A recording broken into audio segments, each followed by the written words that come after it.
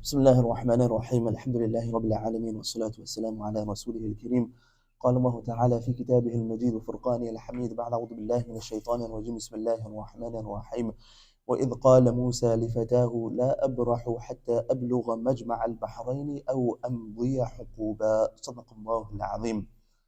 So last week we had spoken about those people who Allah subhanahu wa ta'ala has blinded and prevented their senses and their means and their pathways towards guidance. Guidance is only from Allah subhanahu wa ta'ala. إِنَّكَ لَا تَهْدِي مَنْ أَحْبَبْتَ. Muhammad sallallahu alayhi wa sallam, you cannot guide those people that you love. It is not their lineage or لا تترك التقوى اتكالا على النسب فقد رفع الإسلام سلمان فارسي وقد وضع الشرك شريف أبا لهب. Hidayah is only from Allah subhanahu wa ta'ala. And no matter what signs you put in front of them, and no matter what ayat and what evidences and what proofs are displayed, these people will never believe. In the first verse of the 8th juz, Allah subhanahu wa ta'ala, وَلَوْ أَنَّنَا نَزَّلْنَا إِلَيْهِمُ الْمَلَائِكَةِ وَكَلَّمَهُمُ الْمَوْتَى. If we had to descend the angels from the seven heavens, and if you were to make the dead speak, because the mushrikun of Makkah to the Prophet ﷺ, make the dead speak, make the dead rise. فَإِن كَذَبُوكَ كَذَّبْنَاكَ وَإِن صَدَقُوكَ صَدَّقْنَاكَ. And from the dead, we went fulan ibn fulan, raise this dead person and that. If they testify that you're a prophet, we'll also testify. And if they belie you, we'll also belie you. Allah subhanahu wa ta'ala said to the Prophet ﷺ, tell them, I am nothing, ma anta illa basharar rasula. I'm nothing except for a messenger, a prophet. I'm not here to raise the dead. Allah subhanahu wa ta'ala says in the previous verse at the end of the 7th juz, if we gave signs to the nations before you, they didn't believe. Similarly, you also won't believe. وَنُقَلِّبُ أَفْئِدَتُهُمْ وَأَبْصَارُهُمْ كَمَا لَمْ يُؤْمِنُوا بِهِ أَوَّلَ مَرَّةٍ. Allah subhanahu wa ta'ala says, they were blinded, you're also blinded. Signs were given, signs will be given to you, you still won't accept. And that brings us into the 60th verse of Surah Al-Kahf, where we begin a new chapter and a new narrative and a new story. And that is the story of Musa alayhi salatu wassalam and Khadir alayhi salatu wassalam. So to give some context, some backdrop, and then we will progress. In the hadith of Bukhari in Kitab al-Ilm, قام موسى خطيبا في بني إسرائيل. Musa alayhi salatu wassalam, he stood up delivering a lecture to the people of Bani Israel. وسئل, and then one person in the audience goes and asks him, من أعلم الناس? Musa, who is the most knowledgeable of the people? So he says, أنا, I'm the most knowledgeable. I'm a prophet, I'm the most knowledgeable. And in another hadith in Bukhari on the strength of Ubay ibn Ka'b radiyallahu anhu, he's asked, هل تعلم أحدا أعلم منك? Do you know anyone who could have more knowledge, be more erudite, more scholarly than yourself? He says, no. Who could have more knowledge than me?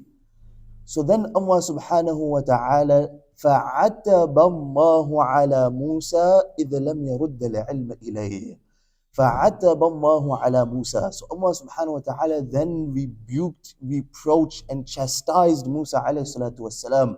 Why? إِذْ لَمْ يَرُدَّ الْعِلْمَ إِلَيْهِ. Because he did not divert knowledge to the Almighty, to the one who possesses knowledge. He didn't make the initiative in diverging the knowledge back to Allah subhanahu wa ta'ala.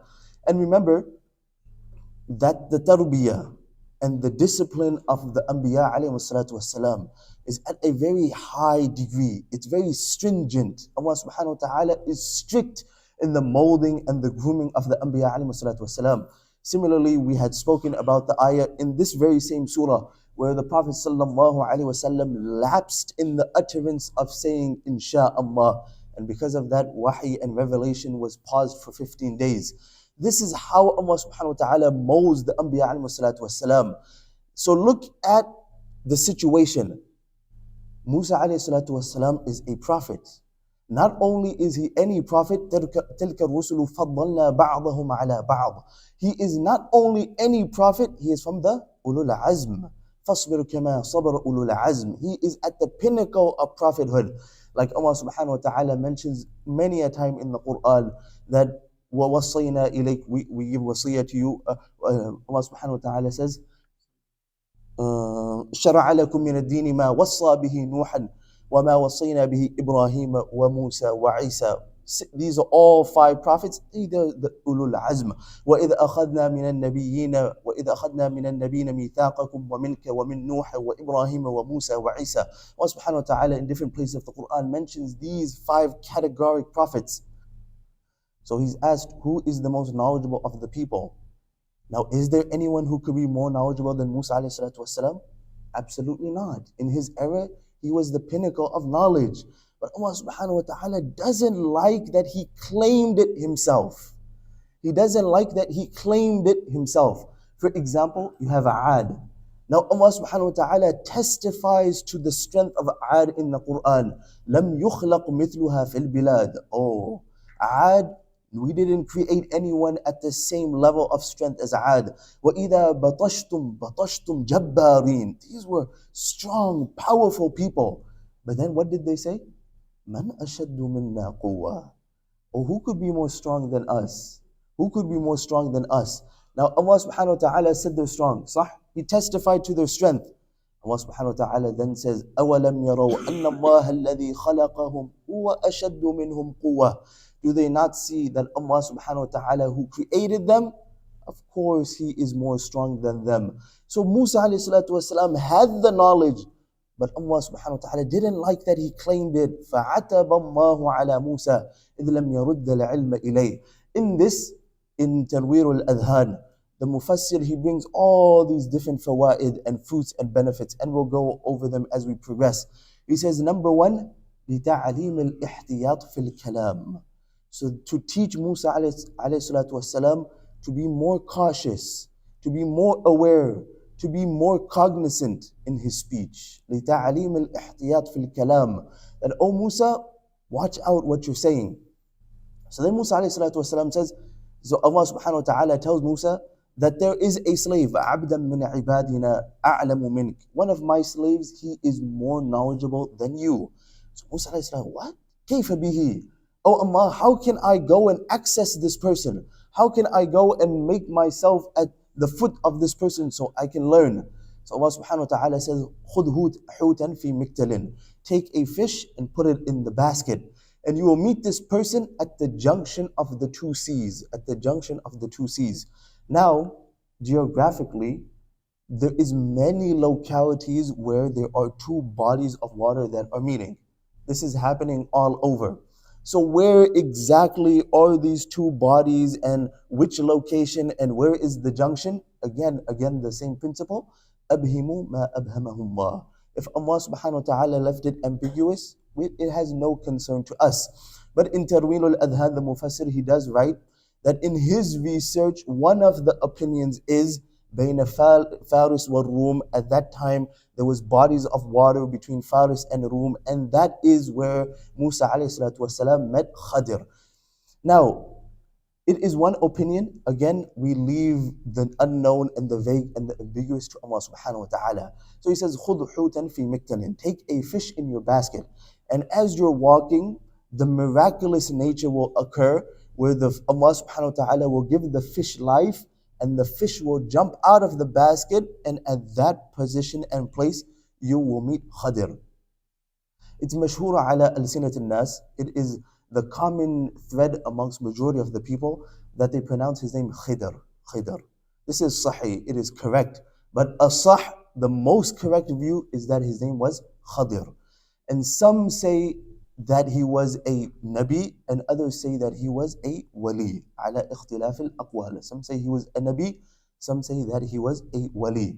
Now the second point that we learn, the Mufassir writes, he says, فيه الجد البليغ لطلب المرشد ما لا يفوت منه حق أوجب منه. He says, فيه الجد البليغ. In it, you see how humble Musa alayhi salatu wasalam was, and how eager he was, and how much effort he put لطلب المرشد, to go and seek the one who has knowledge, to go and put yourself at the foot of the person who has knowledge.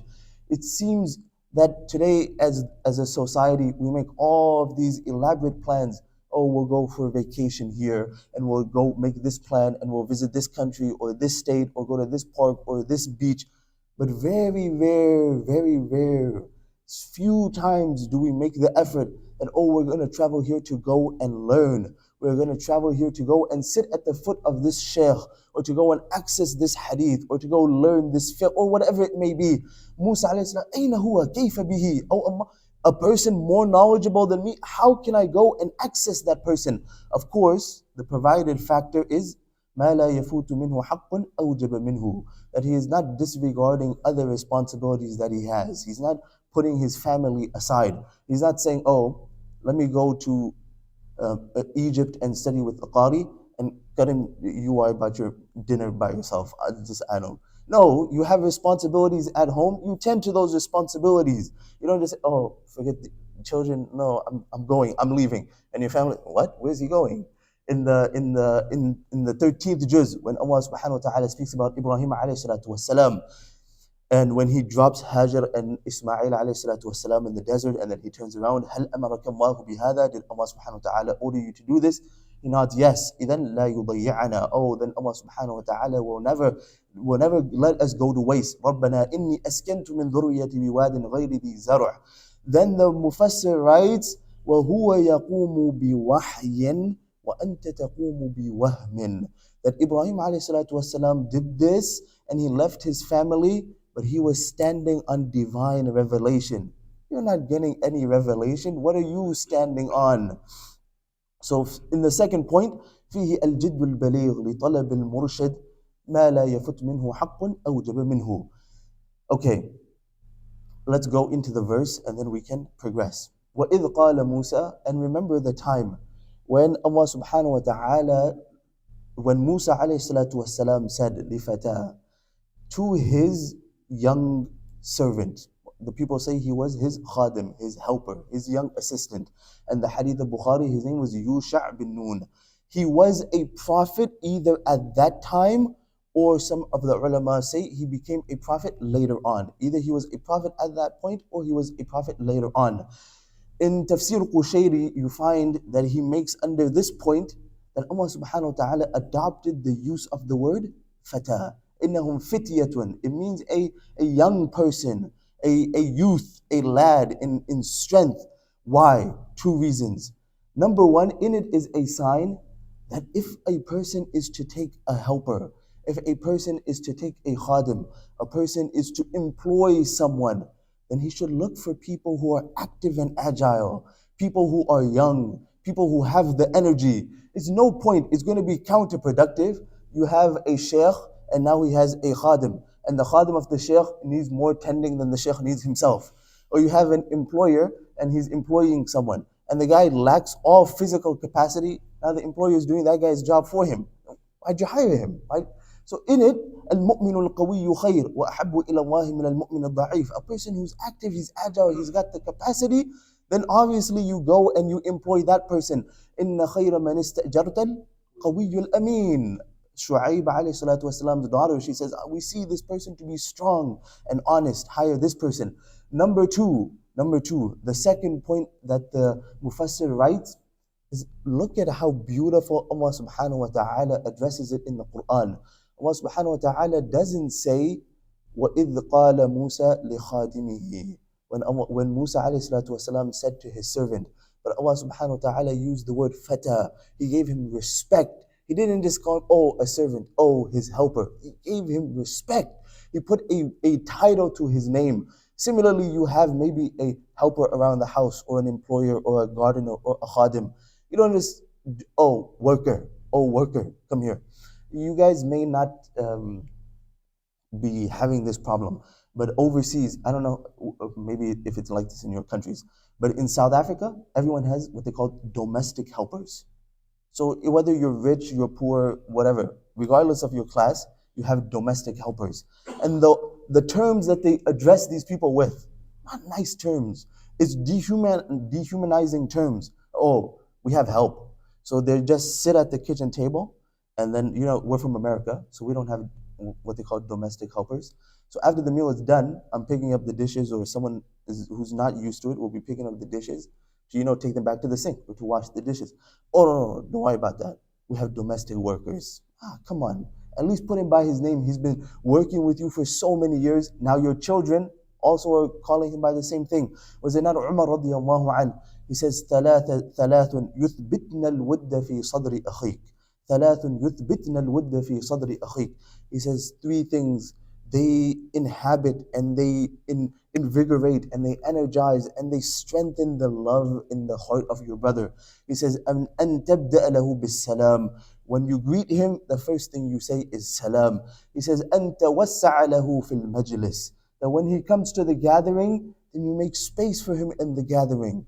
You make it accommodating, you make it roomy, you make it comfortable for him in the majlis.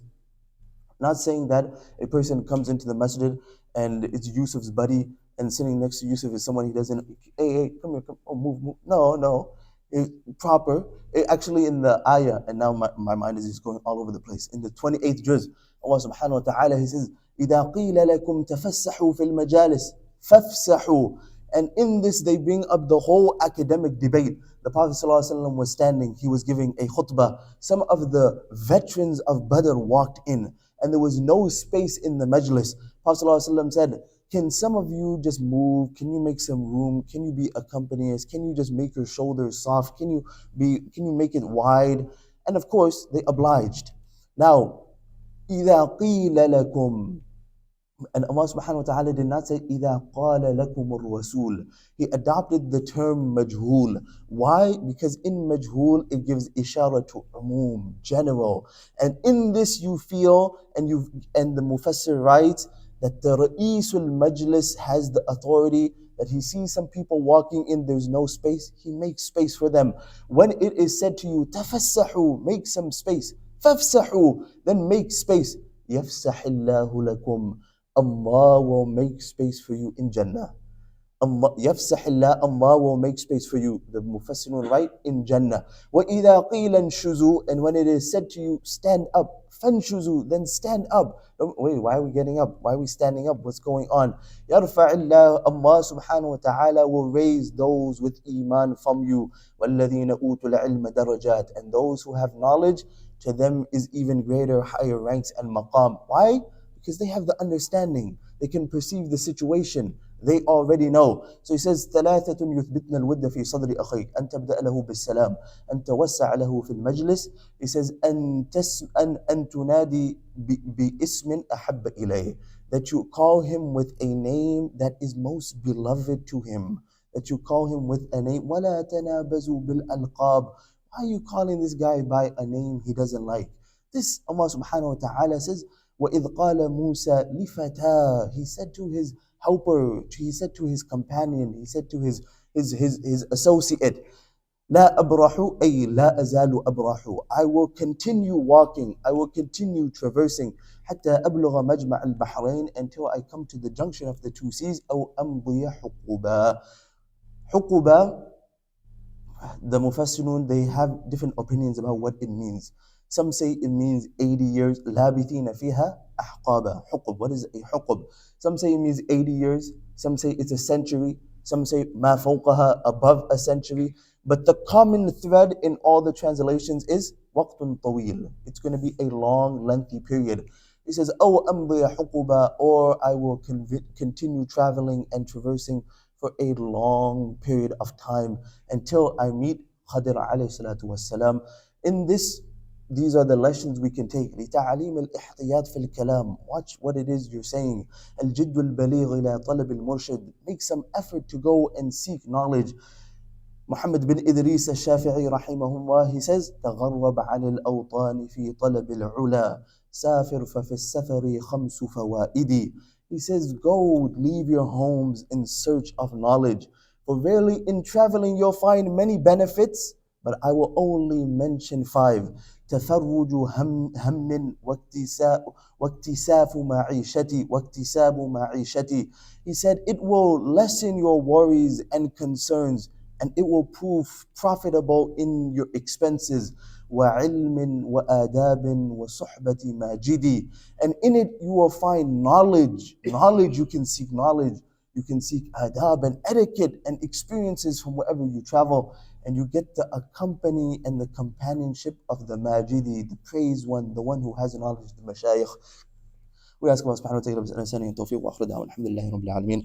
اللهم اهدنا فيمن هديت، وعافنا فيمن عافيت، وتولنا فيمن توليت، وبارك لنا فيما أعطيت، وقنا واصرف عنا شر ما قضيت، فإنك تقضي ولا يقضى عليك، إنه لا يعز من عاديت ولا يذل من واليت، تبارك ربنا وتعاليت. نستغفرك ربنا ونتوب إليك. اللهم اهدنا واهد بنا واهد الناس جميعا، واجعلنا سببا لمن اهتدى. اللهم قنا عذابك يوم تبعث عبادك. اللهم أجرنا من النار، اللهم أجرنا من النار، اللهم أجرنا من النار. اللهم إنا نسألك الجنة، اللهم إنا نسألك الجنة. اللهم آتنا في الدنيا حسنة وفي الآخرة حسنة وقنا عذاب القبر والنار. اللهم أحسن ختامنا وتوفنا على كلمة لا إله إلا الله محمد رسول الله. اللهم تقبل منا إنك أنت السميع العليم، وتب علينا يا مولانا إنك أنت التواب الرحيم. ربنا لا تزغ قلوبنا بعد إذ هديتنا وهب لنا من لدنك رحمة. ربنا لا تزغ قلوبنا بعد إذ هديتنا وهب لنا من لدنك رحمة إنك أنت العليم الحكيم. آمين يا رب العالمين. وصلى